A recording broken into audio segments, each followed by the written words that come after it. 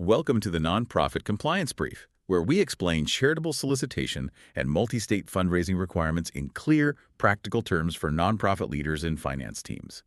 This podcast is produced by Ironwood Registrations. Thanks for having me. I'm really looking forward to this one because we're tackling a topic today that, it sounds a little dry on paper, right? State filing requirements, but it is actually the source of, I'd say, probably 80% of the panic calls we see in this industry. Oh, I totally believe it. We're looking at what we call the two-filing trap. And I kind of want to set the theme for you, the listener, because if you're a CFO or an executive director, you have likely lived this exact moment. So you walk into your office, right? Right. There's a stack of mail.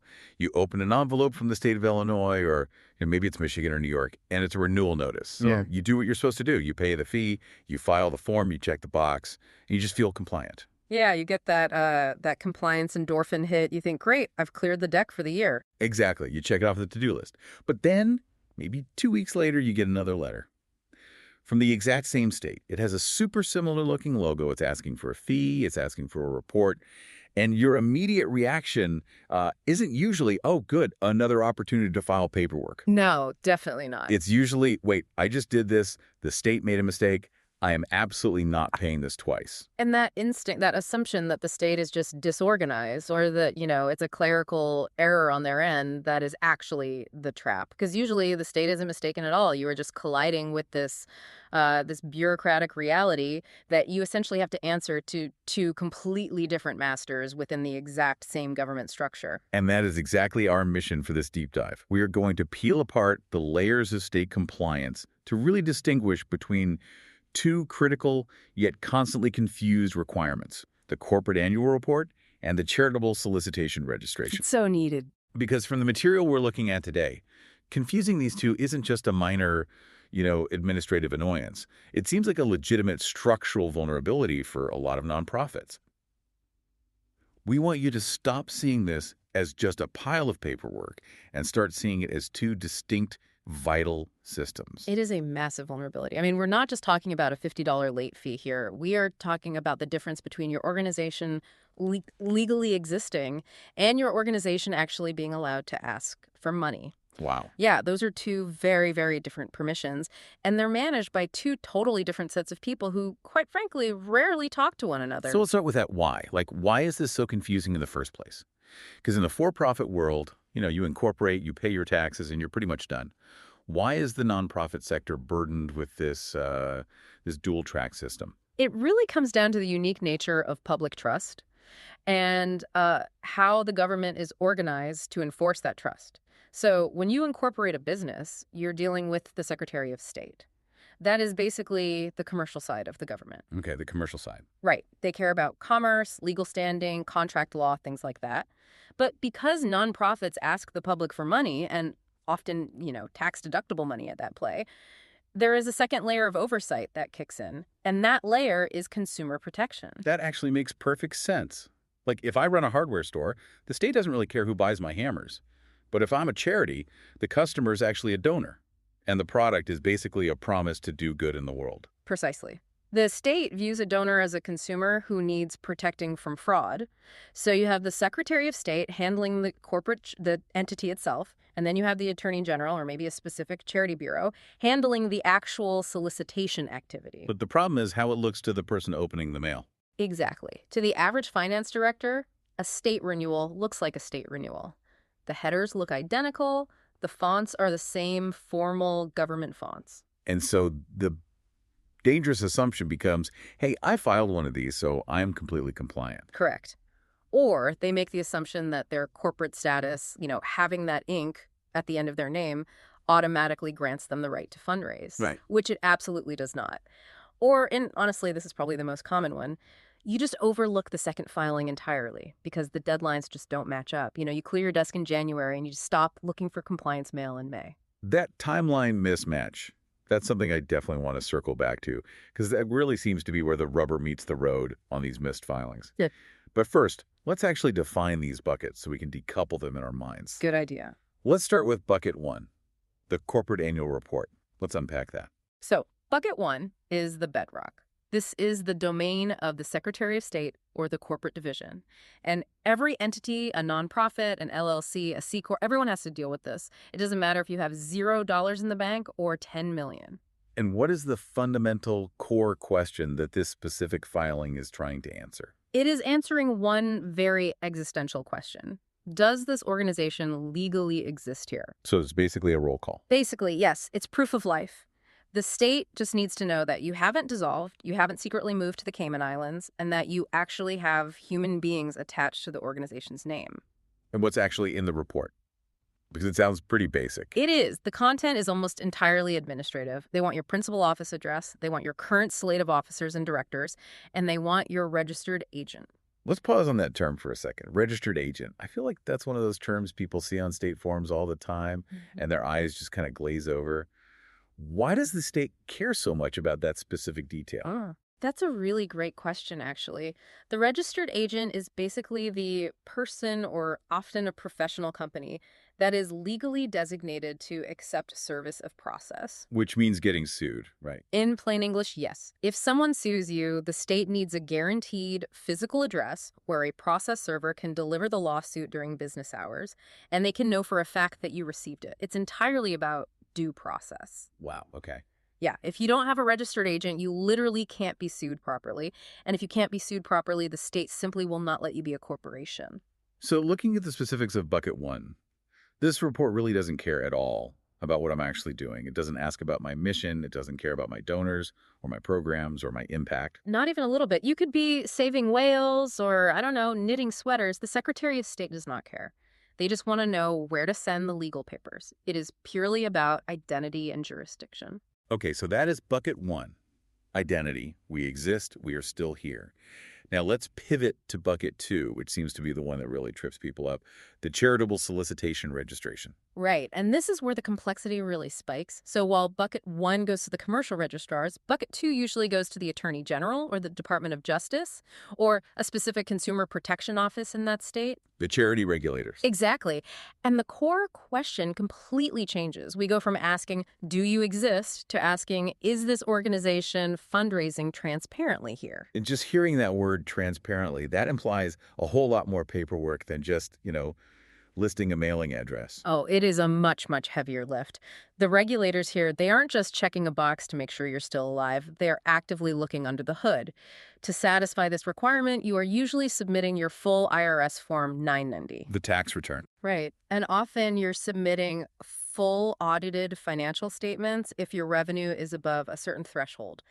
You have to disclose, if you use professional fundraising agencies, you have to disclose your fundraising totals in that state, conflicts of interest. So Bucket 1 is who are you?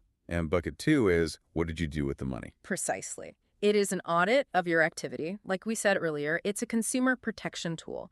It's designed to ensure that when you send that direct mail appeal to, say, a grandmother in Florida, you are a legitimate entity and you are actually using those funds for the purpose you stated in the letter. I really like that distinction. One is for the state's internal record keeping, and the other is for the donor's safety. But I think this brings us back to that huge confusion point we touched on earlier, the deadlines. Oh, the deadlines. Yeah. You mentioned that these things often arrive in the mail at totally different times of the year. Why can't the state just sync them up? Like, here's your annual renewal packet for the year. Just fill out both forms and send them back. That would be incredibly logical, which is exactly why it doesn't happen. Fair enough. But, to be fair to the states, the underlying logic of the two agencies just clashes. Think about it.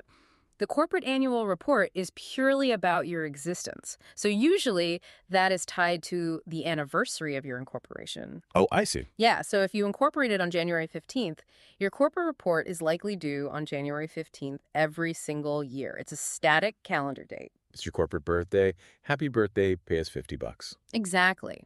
But the charitable registration, on the other hand, relies on financial transparency. It fundamentally requires your Form 990 and your audit. Well, you can't file that until your fiscal year actually closes and your accountants have finished their work. Ah, of course. Yeah. You literally can't file the transparency report in January if your books from December aren't even closed yet. Exactly right. Most charitable registrations are due 4.5 to maybe 6 months after the close of your fiscal year. So let's say your fiscal year ends in December. Your corporate report might be due in January. on your anniversary. So you file that. You feel totally compliant. But your charity report isn't actually due until May or maybe even November if you file for tax extensions. And there it is. That is the staggered compliance calendar that causes all the confusion. You file in January, you high-five the finance team, you literally archive the compliance folder for the year, and then May rolls around. The Attorney General is sitting there waiting for your 990, and you've completely tuned out because you, quote unquote, already did the state filing. Precisely. And because the notices look so incredibly similar, I mean, they both have the official state seal. They both demand your immediate attention if you aren't paying close attention to the actual agency name at the top of the letterhead. You might just toss the second one in the recycling bin thinking it's a duplicate receipt. It is almost designed to be misunderstood. It's not malicious, but it is certainly indifferent to the user experience. The Attorney General assumes you know the law. The Secretary of State assumes you know the law, and neither of them feels obligated to explain the other department's requirements to you. So let's talk about the consequences of getting this wrong, because I think there is a real temptation, especially when you're a busy nonprofit leader wearing a dozen hats, to think, okay, so I missed a form. Big deal. I'll just pay a late fee when they catch me. Yeah. But looking at our deep dive materials here, the stakes for these two buckets are vastly different and honestly significantly more painful than just a $50 fine. They really are, and the consequences match the specific jurisdiction of each agency. Let's look at the corporate side first. Bucket 1. If you just ghost the Secretary of State, you just stop filing your annual report, they eventually just assume you're dead.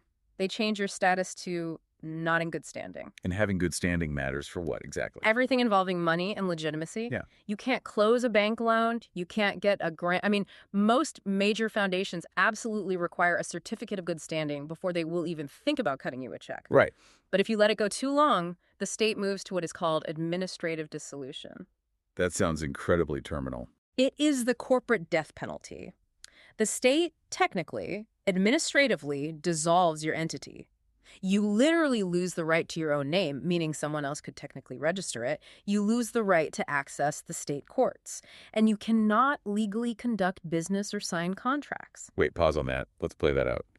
If I'm an executive director and we are administratively dissolved without me realizing it, and I sign a contract for a venue for, let's say, our big annual fundraising gala, That contract might be totally voidable. Or worse, because the corporation doesn't legally exist at that exact moment, the liability might pierce the corporate veil and fall on the officers personally. If something goes wrong at that gala, you don't have the legal shield of the corporation protecting you anymore. that is a total nightmare scenario for any board member. And I assume fixing it isn't just a matter of logging on and saying, oops, here's my form. No, not at all. This is where the pain really sets in. You have to file for formal reinstatement. This often involves paying back taxes, paying cumulative penalties for every single year you missed. And sometimes you even have to get tax clearance letters from the Department of Revenue just to prove you don't owe any back sales tax or withholding. It can literally take weeks or months to unravel. Okay, so that's bucket one. You cease to legally exist, and climbing back out of that hole is expensive and incredibly slow. Now, what about bucket two? If I forget to send my financial data to the Attorney General, they don't dissolve the company, right? Right. Because they don't have that power. Right. They don't kill the company, but they cut off the oxygen. The penalty here is a revocation of your right to solicit. The Attorney General can and will issue a cease and desist order. Meaning, stop asking for money.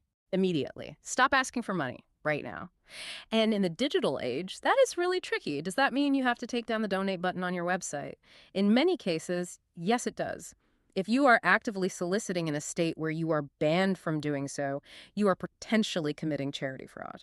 So you could have a perfectly legal, active corporation from bucket one that is legally barred from funding itself because of bucket two. Exactly. You are alive, but you're starving. And unlike a late fee that kind of just stays between you and a state computer system, an enforcement action by an attorney general is often public record. It is a black mark. Wow. Yeah. So when you apply for a government grant next year and the application asks, have you ever been investigated or penalized by a state regulator? You have to check yes. It's a permanent reputational stain. It really haunts you. I like to explain it like this. It is the difference between having your driver's license revoked versus having your bank account frozen. Both of them stop you from moving forward, but in very, very different ways. And recovering from a cease and desist involves lawyers, consent agreements, and often fines that are massively higher than whatever the original filing fee was. Okay, so the stakes are incredibly high.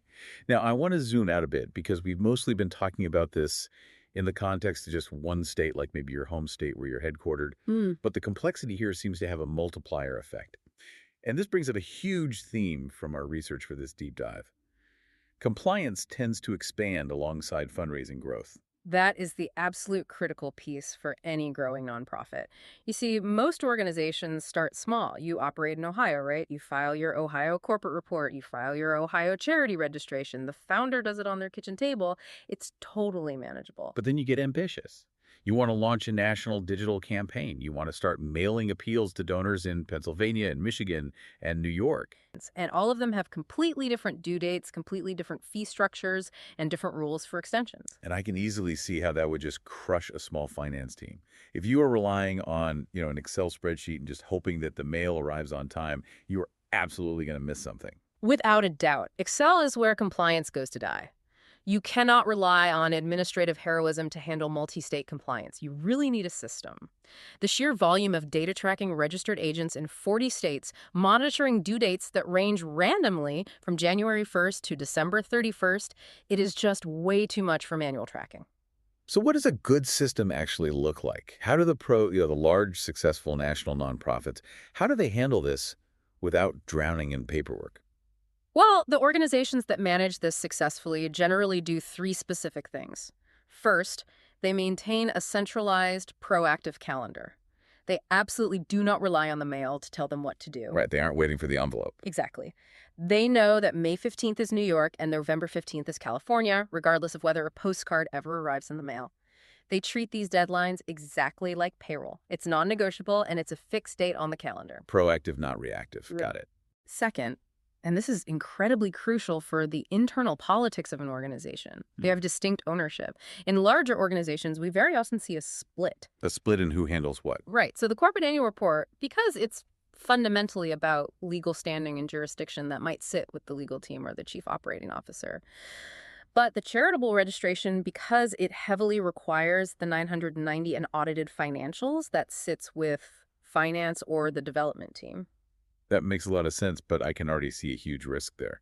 If legal handles the existence filing and finance handles the money filing. They absolutely have to talk to each other. That is the catch. We have seen real scenarios where a legal department decides to withdraw the corporation from a state because they say, hey, we don't have a physical office there anymore. Let's save some money. Oh, no. Right. But finance and development are still actively soliciting donors in that exact same state. So now you have a charity aggressively soliciting in a state where it technically legally doesn't exist anymore. You have to ensure those two departments are communicating constantly. It really sounds like compliance hygiene is a team sport. It absolutely is.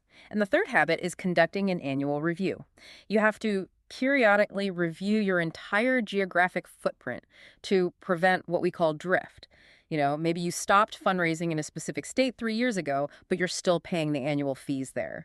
Or maybe you started a brand new program in a new state and just totally forgot to register. Yeah, it prevents that kind of zombie compliance where you're just paying bills automatically because you paid them last year. Exactly. Organizations that review requirements periodically avoid most problems. It creates a solid roadmap for scaling. Because ultimately, you want your mission to scale, not your administrative stress. Scale your mission, not your stress. That is a fantastic mantra. So as we wrap this up, let's try to summarize everything into a really practical heuristic for our listeners. Tomorrow morning, when that stack of mail arrives on their desk, how should they be sorting it? You really just need to use the two-question framework. When you pick up a form, don't look at the logo, don't look at the state seal, look at the specific questions that it's asking you. Ask yourself, does this form answer the question, do we exist? Or does it answer the question, are we transparent? Okay, so if it asks for a list of officers, your principal address, and your registered agent, that's identity. Bucket 1, the Secretary of State. Correct. And if it's asking for your audited financials, your Form 990, and your fundraising totals, that is transparency. Bucket 2, the Attorney General. It honestly seems so simple when you break it down that way. But keeping that distinction clear in your head really is the difference between running a smooth operation and waking up to a legal nightmare. It truly is. And, I want to leave the listeners with one final thought on this whole topic. We constantly talk about compliance as hurdles or red tape or a burden, and it definitely feels that way when you're the one writing the checks. But if you take a step back, these two buckets are actually the dual pillars of public trust. Well, think about what these forms actually represent to the outside world. One proves that you are a real, tangible entity that can be held accountable in a court of law. And the other proves that you are honest and transparent with the public's money. In a world where trust in institutions is often pretty shaky, these filings are basically your badge of honor. That's a great way to look at it. It's basically the receipt for your integrity. Exactly. They tell the world we are real and we are honest. When you start to view them as trust builders rather than just annoying paperwork, the motivation to get them right changes completely. It stops being about avoiding a $50 fine, and it starts being about actively protecting your brand and your mission. That is a genuinely fantastic perspective to end on. It's not just bureaucracy. It really is the foundation of your relationship with your donors. Absolutely. Well, that brings us to the end of this deep dive. I really hope that next time you see those two different letters from the exact same state, you won't feel that immediate panic. You will know exactly which bucket they go in. Thanks for diving into this with me. If you found this discussion helpful, you can find additional compliance guides and visual resources at ironwoodregistrations.com. Thanks for listening.